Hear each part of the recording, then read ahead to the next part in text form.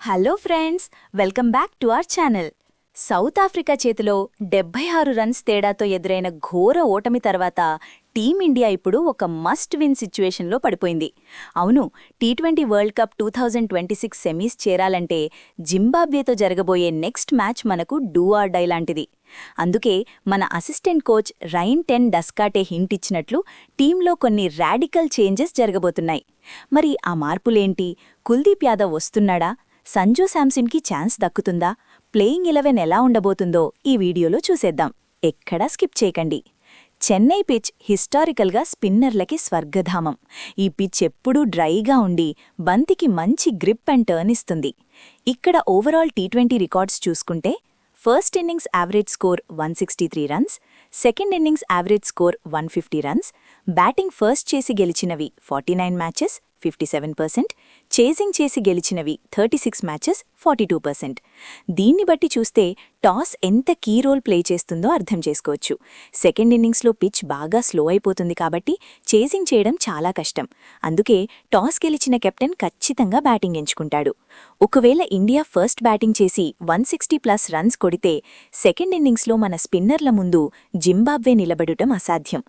ఈ pitch కండిషన్స్ని base చేసుకునే మన ప్లేయింగ్ 11లో కూడా భారీ మార్పులు ఉండబోతున్నాయి.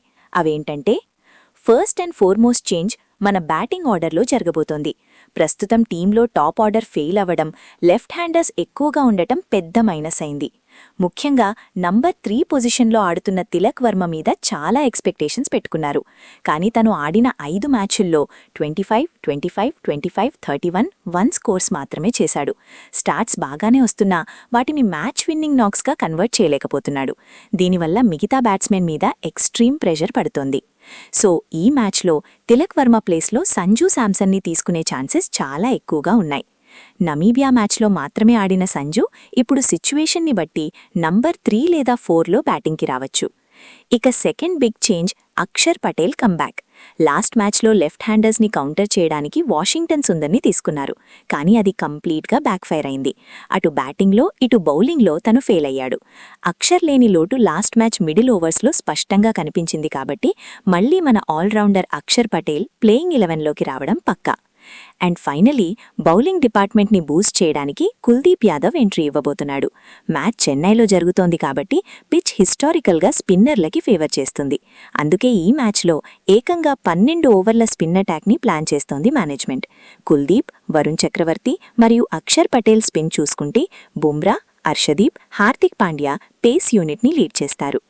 సో ఓవరాల్గా చూసుకుంటే జింబాబ్వేతో మస్ట్ విన్ మ్యాచ్కి మన ఫైనల్ ప్రెడిక్టెడ్ ప్లేయింగ్ 11 ఎలా ఉండబోతోందంటే, ఈశాన్ కిషన్, అభిషేక్ శర్మ, సంజూ శాంసన్, సూర్యకుమార్ యాదవ్, అక్షర్ పటేల్, శివం దూబే, హార్దిక్ పాండ్యా, హర్షదీప్ సింగ్, కుల్దీప్ యాదవ్, జస్ప్రీత్ బుమ్రా, వరుణ్ చక్రవర్తి.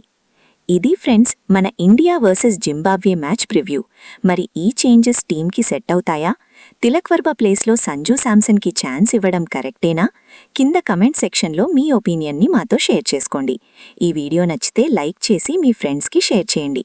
మరిన్ని ఇంట్రెస్టింగ్ క్రికెట్ అప్డేట్స్ కోసం మన ఛానల్ని సబ్స్క్రైబ్ చేసుకోవడం మర్చిపోకండి. మరో వీడియోతో మళ్ళీ కలుద్దాం.